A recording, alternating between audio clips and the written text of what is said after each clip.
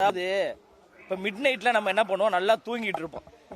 அதே மாதிரி அவங்க மனைவி வந்து மிட் நைட்டில் நல்லா தூங்கிட்டு இருக்கும்போது எழுப்பி, அம்மா இந்த மாதிரி நான் வந்து கட்சியை வந்து பிஜேபியில் இணைக்கலான்னு இருக்கேன் அப்படின்னா ஆழ்ந்த உறக்கத்தில் நம்ம என்ன பண்ணுவோம், அப்படிம்போம். அந்த அம்மா அதே மாதிரி ஊன்னு சொன்னாங்களா, அடுத்த நாள் காலையில் போயிட்டு சமத்துவ மக்கள் கட்சியை பிஜேபி கட்சியோடு இணைத்த ஒரு நபர் தான் சரத்குமார் அவர்கள். அவர்களுக்கு பதில் சொல்லி எங்களுடைய தரத்தை நாங்கள் குறைத்துக் கொள்ள விரும்பவில்லை. மிட் நைட்ல கட்சியை கலைச்சவங்களுக்கு என்ன பதில் சொல்ல முடியும்?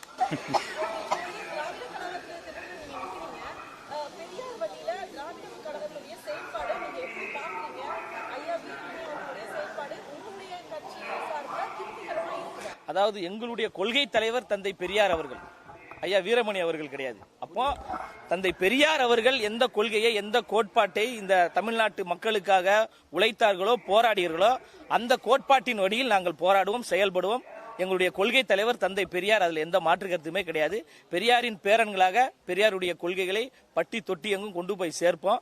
அண்ணன் விஜய் அவர்கள் கொள்கை தலைவராக தந்தை பெரியார் அவர்களை முன்னிறுத்திய போதே பல லட்சம் இளைஞர்கள் மத்தியில் தந்தை பெரியாரை கொண்டு போய் சேர்த்த பெருமை அண்ணன் விஜய் அவர்களுக்கு இருக்கு.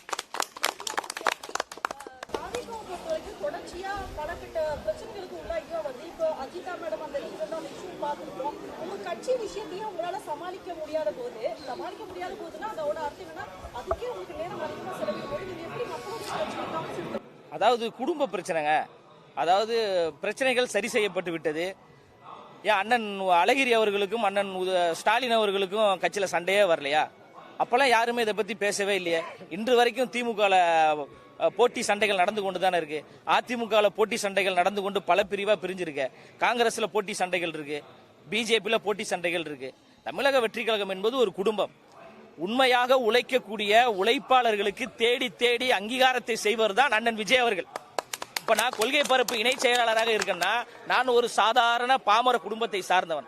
இதை மாவட்ட செயலாளராக அண்ணன் குமார் அவர்கள் இருக்காங்க, சாதாரண ஒரு பாமர குடும்பத்தை சார்ந்தவர், ஒரு பூக்கடையை வைத்து நடத்தக்கூடியவர் தான். இன்று அவர் மாவட்ட செயலாளராக இருக்கார், நான் ஒரு மாநில நிர்வாகியாக இருக்கிறேன். கட்சியில மாவட்ட செயலாளர்கள் எல்லோரும் பாத்தீங்கன்னா பாமர குடும்பத்தை சார்ந்தவர்களா.